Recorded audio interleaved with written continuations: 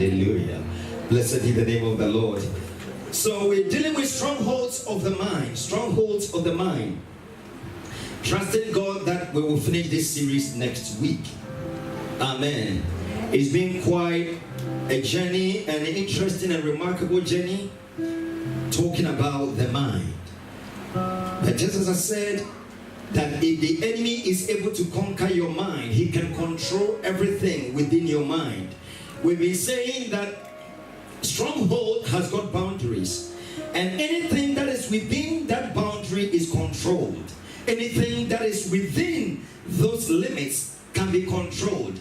And we said that those boundaries is also called the defensible area when we talk about security. That means that measures have been put in place that will repel any form of attack that comes on it. And we did say that when it comes to our mind, child of God, you will be in one of two strongholds. One of two strongholds, either the stronghold of the Lord, which we get so many scriptures on that, or the stronghold of the enemy, which we use the flesh to deal with that stronghold. And we did say that if you are in a stronghold of the Lord, then the attack is coming from the world, it's coming from the flesh. But if you're in a stronghold of the flesh or of the world, then your attack will be coming from God. Amen. And we also did establish that strongholds don't just happen. They come through our normal way of living. And we mentioned 4 areas through which strongholds get built up in our lives. We said that strongholds, we can get them through personalities. Through personalities, we know people that we believe that these people know what they are about because they have made some form of impact and achievement in life that we can identify with. And so when they begin to say things, we tend to believe what they are saying. But if it is not in conformity with the word of God, then we must not build our lives on that. And also they say that strongholds can come through your mind. The enemy can attack your mind. The enemy can attack your mind. He will drop things in your mind. He will create pictures for you. He will create scenarios for you to make you believe that what God has got for you is not real. And we're going to go deeper into that today. And we also didn't talk about ideologies. People believe in things. People begin to challenge things that they themselves have thought about that are even against the word of God. And so you begin to form ideologies about that. And that would also be a stronghold. And then our social connections, the people that you associate with, they can also create strongholds for you, because the people that you associate with, there will be things they'll be depositing in your spirit, in your mind. You start to reason together, you start to talk together, and as they begin to say things, those things get established in your mind. That is why, as a believer, it is good to associate with brethren of like mind, that is children of God. Then as we begin to discuss the word of God, then these things get built up in us, and these are strongholds that will repel the attack of the enemy. Amen. And last week we read from the book of 2 Corinthians chapter 10. We read from verses 3 to 6, and that is where we are continuing from today. That is where we are continuing from today. 2 Corinthians chapter 10, verses 3 to 6. This is a very loaded scripture, and God would help us as we try to walk through the scripture again. We go and say, for though we walk in the flesh, we do not war according to the flesh. For the weapons of our warfare are not carnal, but they are mighty in God for pulling down strongholds, casting down arguments, and every high thing that exalts itself against the knowledge of God, bringing every thought into captivity to the obedience of Christ. Verse 6. And being ready to punish all disobedience when your obedience is fulfilled. And this is the version of the NKJV. Now, when you read the King James Version, it says that, for though we walk in the flesh, we do not walk after the flesh. For the weapons of our warfare are not carnal, but they are mighty through God to the pulling down of strongholds, casting down, note that word there, imaginations. Two words have been used here. And every high thing that exalteth itself against the knowledge of God, and bringing into captivity every thought to the obedience of Christ. And so the King James uses the word imagination. The New King James uses the word argument. We're going to break down the two today. Amen. Amen. Amen. And yesterday I did say that when we talk about strongholds, there are two kinds of strongholds. We did talk about the rational stronghold, and we also mentioned the irrational stronghold. And I started off with the rational stronghold last week, and I did say that rational stronghold is rational means something that makes sense. And we did say that it's coming from the Greek word by name. Anybody can remember the Greek word we mentioned last week? Logissimo. Logissimo. Logissimo is the word through which we get the word logic. And logic is making sense. So in actual sense, what we are saying is that there are things that you think they are strongholds, but they make sense. There are things that comes to your mind, child of God, that you think about these ones, they make sense, however, they are strongholds. So the fact that you are thinking about that, going back to the same statement, that the fact that you think about something doesn't make it right. The fact that you are thinking it doesn't make it right. And so when we are talking about rational strongholds, child of God, there are things that you think, but they make sense. And so why is Pastor saying that they are strongholds? The thing is that, child of God, for every individual, when you become born again, like we've been dealing with, in your spirit man, that gets born again. And the Bible is saying that be ye transformed by the renewing of the mind. And so your mind is already fixed in a way which is fleshly. And so whatever you are thinking, unless you have brought that mind under the influence of the Holy Spirit, then that mind is fleshly. And when you read the book of Romans chapter 8, let's look at Romans. Romans chapter 8 verse 7, the Bible says that the mind or the flesh is enmity against God. And so if you think fleshly, child of God, then it means that the mind that you have, even though it makes sense, it talks against what the Spirit of God wants. Pastor Rio. Romans chapter 8 verse 7. Because the carnal mind is enmity against God, for it is not subject to the law of God, nor indeed can be. Amen. Amen. Because the carnal mind is controlled. The carnal mind is a mind that is controlled of the flesh. And when your flesh is leading your thinking, child of God, the Bible says that the flesh is enmity against God. It means that the thinking of your flesh is not in conformity with the word of God. Your flesh is always against God. And so if you are controlled by your flesh in your thinking, whatever that you are thinking is a stronghold. It stands against the knowledge of God. Let me give you examples. How many people on earth would decide to stay up at night to pray when you have worked through the day and you are tired? The flesh will tell you that, man, forget about the prayer. You need to have some sleep here. Think, forget about it. Tell me, how many people will be ready to pay tithe when in actual sense, the amount of money that comes in, if you balance it against your outgoing, it doesn't matter. How many people will give tithe? It's your mind talking to you. It's your flesh speaking to you. But child of God, until you get to that point of realizing that yes, even though things don't balance, everything suggests to me that this is not right, but because God will say that I should test him in this, I am going by the word of God. I am not going by what I see and what I think. Because what I'm thinking, it makes sense, but it is not the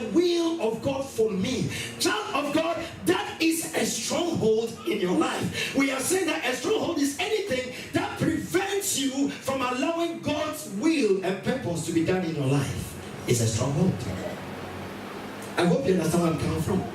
And so when we are talking about strongholds, strongholds can be rational. It can be rational. How many people will say that, well, why do I have to get up and go to church? When actually, when I turn on my TV, I can hear Benny Hinn, I can hear TD Jakes, I can hear all the big men of God speak on the telly. Why don't I stay at home and relax in my city and watch them? After all, driving to church and coming home will take me some time. But if I stay in my house, I'll be able to watch Joel Austin and I'll listen to the word of God. Because after all, you are tired. How many people don't wake up in the morning and decide that today, because of the way I feel, I am not going to church? Child of God, it makes sense. But is that in agreement with the word of God? Tell me. So until we allow the word of God and the Spirit of God to lead us, child of God, your flesh will always tell you things that will not be in conformity with the word of God. But anybody who does not follow the word of God, you cannot enjoy the blessing thereof. You need to follow this. You want to grow? Read your Bible, pray every day. If you don't want to read your Bible and pray every day, child of God, you can desire for all the spiritual gifts, you can desire for everything you want, but you ain't going to get it because you are not closer to where the blessing is. It is a stronghold. Hallelujah. Hallelujah. Amen. We must always learn to let the word of God work in our lives. How many people will decide that out of the little I have, I am going to give to somebody? But until you begin to follow the word of God, the flesh will tell you what is unnecessary. You see that new shop, you see those new pair of shoes in there, and you really want to go and buy those pair of shoes for yourself. But one way or the other, you know that there is a family that cannot have a meal for a particular evening. And yet you want to abandon that and you want to buy those new pair of shoes and wear and dress. Child of God, your flesh will tell you that which is against the word of God. It is a rational stronghold. But I pray that God would help us by his word to know his will, that our flesh will not dictate to us. In Jesus' name. Amen. Rational strongholds are very difficult to deal with. Rational strongholds, they are very difficult because it makes sense. It makes sense. It makes sense. And so, Lord, how can I know what is your purpose and your will? It is through prayer and the word of God. So as we say we should study the word of God, you must learn the word of God. We've been studying the book of Romans. If I want to ask how many people have been following the reading of Romans now, it's going to be embarrassment in the house. And yet, we are being guided. And yet somebody will get up and go and sit somewhere and say, oh, our church, they are not doing anything that is helping us to serve God. And yet we've been given something to read. You are not even reading. Let me talk as a pastor now. We are sitting down breaking the word of God. We are making every avenue nice and good for you to get closer to God. We are teaching you read scripture every day. In fact, we are breaking it down to help you read with ease. So, Pastor, I ain't going to read it.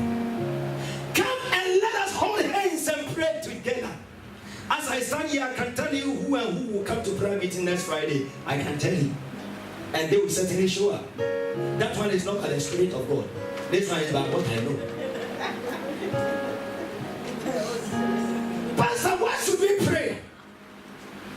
And yet, Pastor, I need that miracle. Pastor, pray for me. I'm going for that interview. Pastor, pray for me. And as a loving pastor, I will speak all the tongues I've never spoken over my wife before. I'll speak them over you. And trust God with you.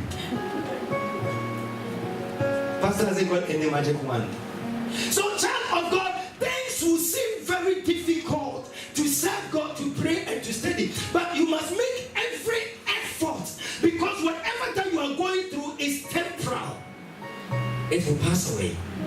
That tiredness, I know you are tired, but even if you came to sit in a prayer meeting and you were dozing, within 20 minutes of that prayer, you will have that 20 minutes to pray and to concentrate on God. It helps. But if you make up your mind for me and prayer meeting, no, why should I pray? Prayer is like an acid. When I take it, I'm going to die. You're going to die.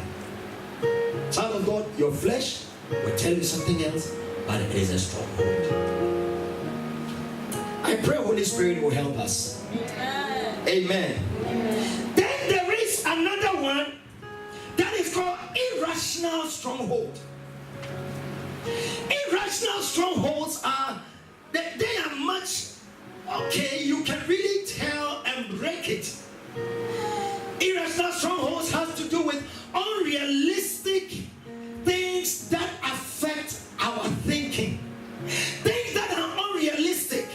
These are things that are, in fact, they make you worry without a reason. Unrealistic strongholds. Let me give you a few of them. At times, you will be there and start feeling and developing the fear that I'm going to die.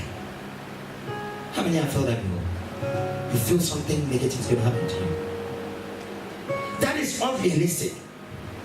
Some of them will be that I am going to, in fact, I'm going to just have this terminal disease or illness coming over my life. At times you have got the fear that you are going for an interview and you have got the fear that you are going to fail. At times you want to start a business and you have the fear that it's not going to work out. At times you have got the fear that, in fact, some of them even have got the fear that their husband or their wife is going to leave them. Your child is traveling and you have got the fear that something terrible is going to happen to them. Child of God, at times you have got that particular fear that whatever that I am doing, in fact, I'm going for this place, but this person doesn't like me. At times have you got the fear that what I am going to tell a human being will reject me. That's right. Child of God, what is the basis of what you are saying? There is no basis. It's unrealistic. Because that you heard that sister or brother died out of cancer doesn't mean that you will die out of cancer. It is the work of the enemy. The devil is putting fear in you, but that is an unrealistic stronghold. Amen. And it's easier to break it. Amen. Amen. And so, child of God, don't entertain any fear of the enemy. It's the plan of the enemy. And once the enemy does that, in fact, you don't even want to make an attempt of that business. I don't want to try. Because I am afraid the business won't work out. Child of God, don't let unrealistic strongholds pull you down. These are things that would exalt itself against the knowledge of Christ. Whatever that God has said to you to do it, just get up, pray about it, move with faith, and God will be with you. You will not fail. It is the plan of the enemy to keep you from walking in the direction that God is leading you. But I pray that the enemy cannot stop us any longer. It is an unrealistic stronghold. You make an application and you think you'll be rejected. No one will reject you. If God says it is your time, it is your time. It does not matter how the application was made. Haven't you heard of people who have had testimonies and said that I can't remember I made an application to that particular company, but somewhere somehow they said that based on the application you made, we are now offering you that position. It has happened to so many people, and I know one. Child of God, the enemy cannot stop you any longer. Amen. Amen. The power of the enemy in the area of creating unrealistic strongholds, we break it in the name of Jesus Christ.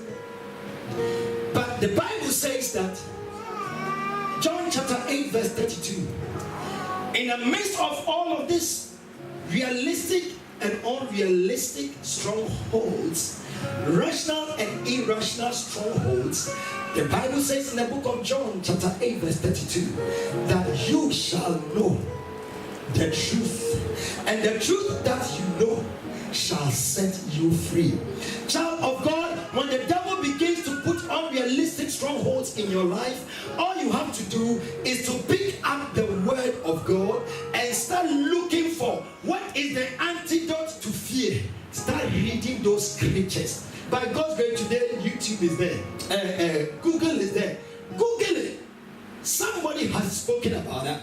Pick the scriptures and read it and put your faith in that, and God will eliminate that out of your life. Whatever be the stronghold in your life, there is an answer here. And so yours is to read this book. I cannot overemphasize that, child of God, we need to read this 66 books put in one for us by God. Read this book, for do not let this word depart from your mouth. Meditate upon it day and night. If you do that, your ways will be prosperous. Amen. Amen. You see, the devil puts all of these things to rise up against what God has for you.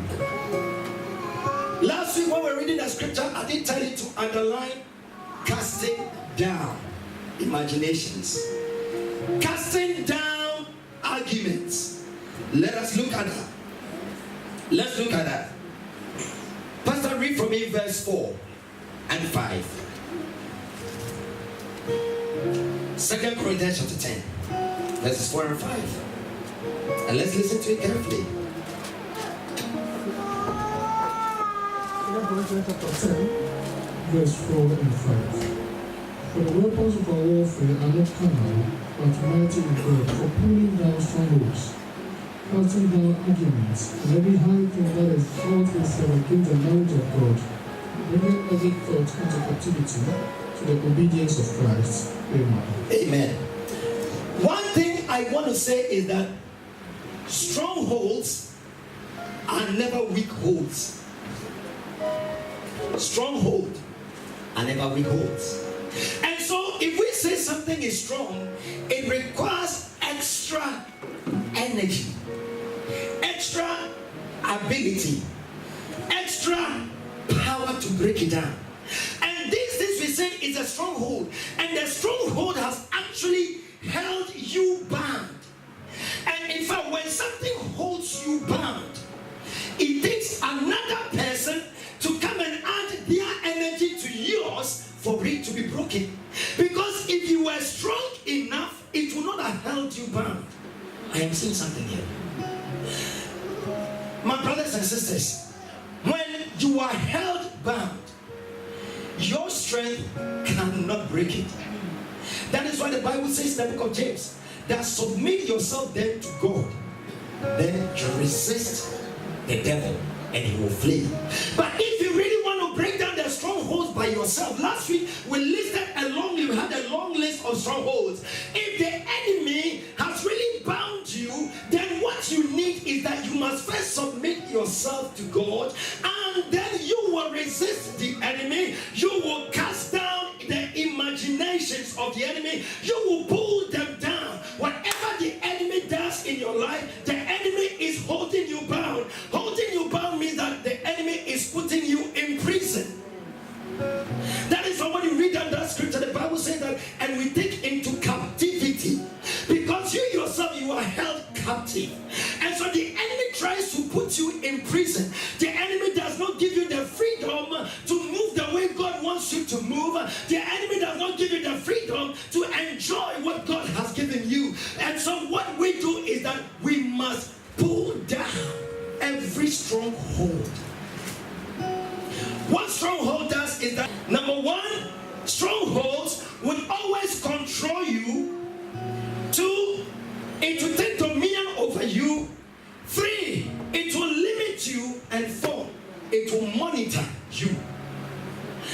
And tell me if none of these is not associated with being put in prison, the enemy will control you because you're a prisoner. The enemy will limit your movement. The enemy will take dominion over you. If he says sleep, you sleep. If he says get up, you get up. You know, there are some people, they'll be there and for no reason they start crying. Because stronghold says cry. So you cry. Stronghold says, oh, today I've released, you laugh. Why are you not happy? As for today, I'm happy. 30 minutes later, what's wrong? I'm sad. Brother, sister, it is stronghold. But until you get to that point of saying, enough of this nonsense is enough, I break it and I release myself. Child of God, the enemy will take dominion. He will control you. He will rule you. But that is not your portion. For God has given us the spirit of liberty. And so you have got your liberty to do or that which you want to do in Christ. Child of God, the enemy cannot hold you any longer. The time of the enemy is over. The imprisonment is broken. The book of Psalms says that the snare is broken and we have escaped. And I pray that it shall be our portion in Jesus' name. Amen. Do you know why the Bible says that we should cast out imaginations? Let me tell you one thing. Go to the book of Isaiah. The book of Isaiah chapter 14. Isaiah chapter 14 verses 12 through 15. Isaiah chapter 14. Why is the Bible saying that we should cast down imagination? Remember that these strongholds we are talking about, these things are plans that the enemy puts in place. So strongholds are literally plans of the enemy that he uses to fight against us. The book of Isaiah, Isaiah 14. Isaiah chapter 14. Isaiah 14, he says that, how are you, oh, verses 12 through 15. Isaiah 14, 12 through 15. How you are falling from heaven, O Lucifer, son of the morning. How you are cut down to the ground. You who weaken the nations. You have said in your heart, I will ascend into heaven. I will ascend into heaven. Child of God, listen to this carefully. This thing the enemy was doing, the enemy was saying, I will. This thing that the Bible is talking about had not yet materialized at that time. But the enemy was saying it in his mind. We are talking about the mind here. The devil said that I will ascend. Is the plan of the enemy. Anything that exalts itself. We are talking about anything that ascends above the knowledge of God. Let's look at that. I will ascend into the heavens, and now listen to the enemy. He said that I will exalt my throne above the stars of God. I will sit on the mount of congregation of God on the farther side of the north. I will ascend above the heights of the cloud. I will be like the Most High. Yet you shall be brought down to the Sheol, to the lowest depth of the pits. Child of God, this is the enemy exalting himself against the Lord, against the knowledge of the Lord, against the throne of God, against the plans of God. And that is exactly what the enemy does against you and I. He puts measures in place that exalts itself against the knowledge of God for you and for me. It is a stronghold. And so the Bible says that because the enemy was thinking this way, God cast him down. Child of God, anything that is exalting itself against you, you must follow the principle and the patterns in heaven, and that is to cast down every imagination. And so anytime we have got the opportunity like they did today, we must pray and cast down every thought, every plan of the enemy that exalts itself against the knowledge of God. In actual sense, anything that is bringing itself to the level of Christ and compete with Christ concerning me, I pray that this will be brought low in Jesus' name. But until we come to that level, as Paul is encouraging us to cast out the imagination, the enemy would always rise with these thoughts, and you want to make progress, you want to take a step, but the enemy is not allowing you because he's bringing to you things that are rational and things that are not rational. And as you begin to think in that direction, you begin to back off. But it is not your portion. I pray that God will give you the understanding. Amen. Amen. Hallelujah. You see, the Bible used the word imagination, which we have spoken about. But the King James Version uses the word argument. And when we talk about argument, argument is anything that goes contrary. If we are arguing, it means that we have got different opinions about an issue. I am talking about an iPad here. You have got a different opinion about the iPad. I've got a different opinion about the iPad. What we are saying is that the enemy has also got his own opinion about your life. The enemy doesn't want you to smile. The enemy doesn't want you to be happy. The enemy doesn't want you to succeed. And so whatever be the plans that God has for you, Jeremiah 29 verse 11, the enemy has also got his plans towards you, to bring it to his own expected end. And his expected end is to bring to you misery and pain and frustration and sicknesses. But God's purpose for you is that you will be in good health as your soul prospering. Child of God, whatever the enemy plans, the enemy is working, is arguing with what God has for your life. And that can be noted as the spirit of Absalom. I did say last week that God will always use physical things to bring to mind spiritual truth. But you know, the spirit of argument is the Absalom spirit. In actual sense, it is a rebellious spirit. And whatever the enemy places your way, it is rebelling against what God has for you. Lord have mercy. Turn to the book of 2 Samuel. Lord have mercy. 2 Samuel chapter 1 to 6, please. Book of 2 Samuel. Spirit of Absalom. I pray that the inner spirit of Absalom in your life will be broken. In the name of Jesus Christ. Hey, my God. 2 Samuel chapter 15, verses 1 through 6. After this, it happened that Absalom provided for himself with chariots and horses and 50 men to run before him. Who was Absalom? Question. The son of David. The son of David. Now, at that time, when this was being written, who was the king? David. Okay. Now, David, the father, was the king. But listen to what the son was doing. Hey, you know, you are the child of God. And the devil knows what God wants to do in your life. And so the devil is always trying to put impediments your way and to sway your mind. Let us use these physical things to interpret spiritual things. Let's use this.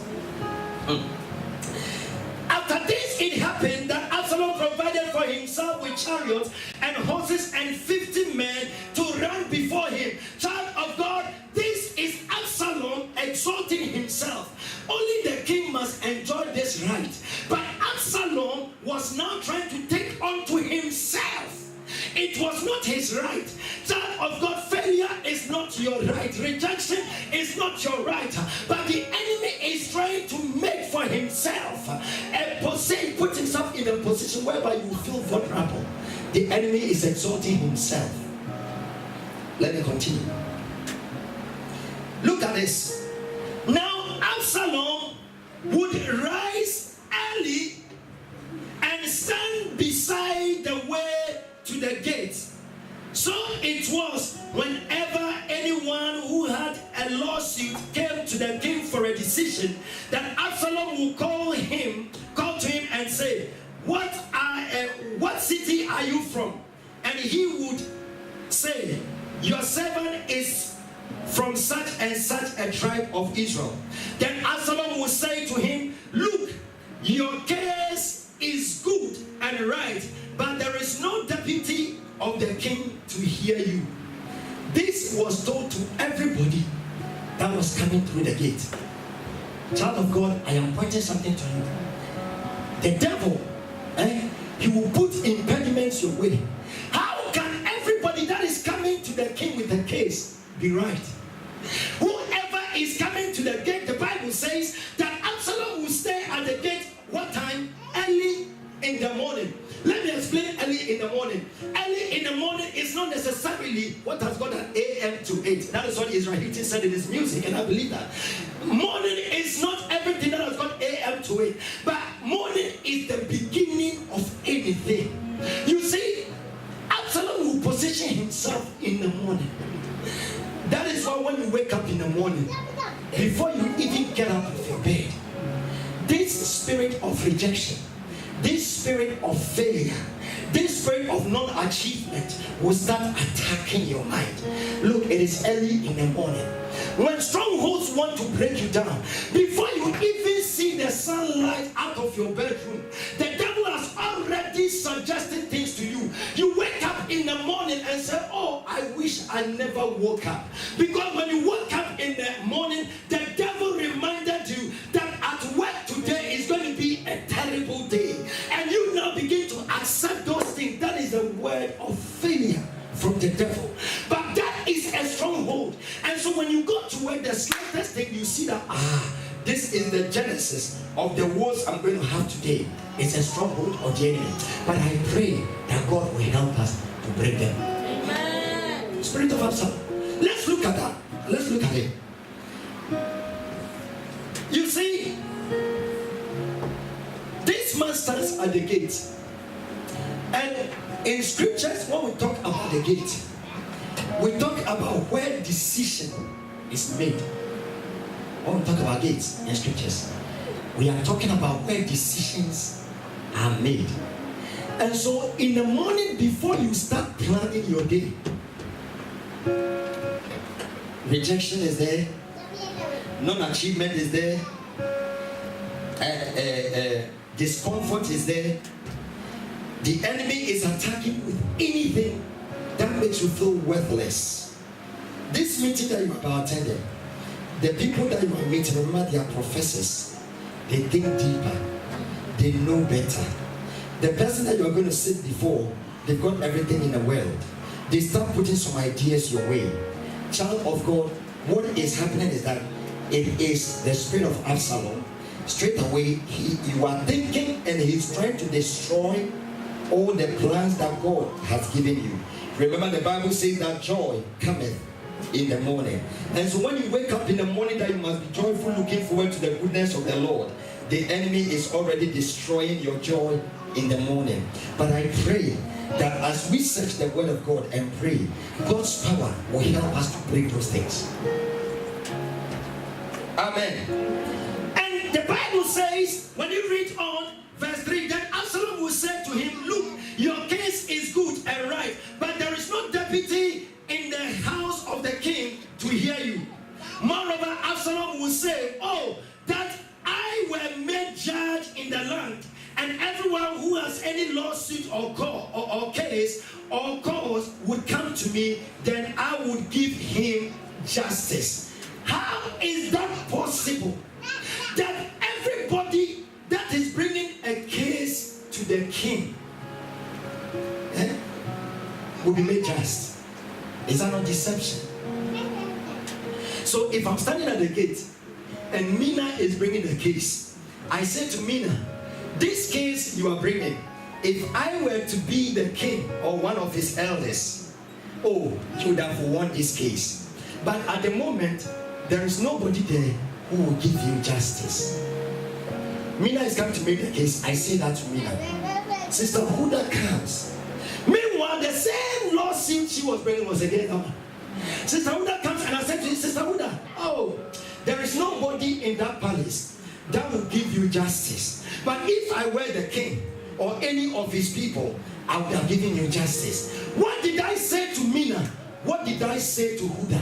What I am saying is that I am deceiving both of them. Child of God, stronghold would always deceive you and make you think that it is right. That is why the other time I said that somebody was saying that, oh, this association doesn't belong. I don't belong there. They don't love me. They don't like me. No. It is a stronghold that the enemy is using. It is the spirit of Absalom. It is the spirit of Absalom. But I pray that God would help us. That any lying spirit, any lying thoughts, anything the enemy places in our mind that make us feel that he's on our side, but it's really not the truth, God would expose the enemy. In the name of Jesus Christ. But child of God, how can we know the will of God? I am still coming back to that point. It is the word of God that will show us the way. Amen. Amen. So the enemy works against us. And I tell you, when we talk about strongholds, the enemy can still work in the area of control. And when I'm talking about control, I am talking about Jezebel's spirit. I will continue next week on why Jezebel's spirit is a stronghold. I will continue next week and let us know that what are the symptoms or what are the things that identify Jezebel's spirit. And if those things are affecting your mind, then child of God, don't lose sight of the fact that this is not of God. This is a Jezebel spirit. It is not of God. And so I cancel it and I release myself from that stronghold. Lord, I give you permission to come in and destroy those thoughts. I pray that God will help us as we dig his word. In Jesus' precious name. Amen. The Lord bless you. Let's pray. Let's pray.